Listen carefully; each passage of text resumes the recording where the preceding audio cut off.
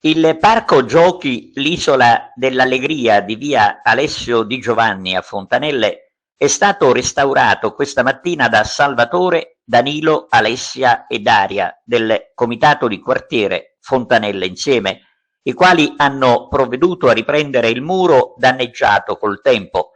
Un lavoro che merita il plauso dei cittadini, soprattutto delle famiglie che utilizzano lo spazio per far giocare i propri bambini, alle quali viene rinnovato l'invito a mantenere pulito il parco giochi. Recentemente, infatti, sono state rimosse decine di cicche lasciate per terra e nei vasi, malgrado la presenza dei posacenere.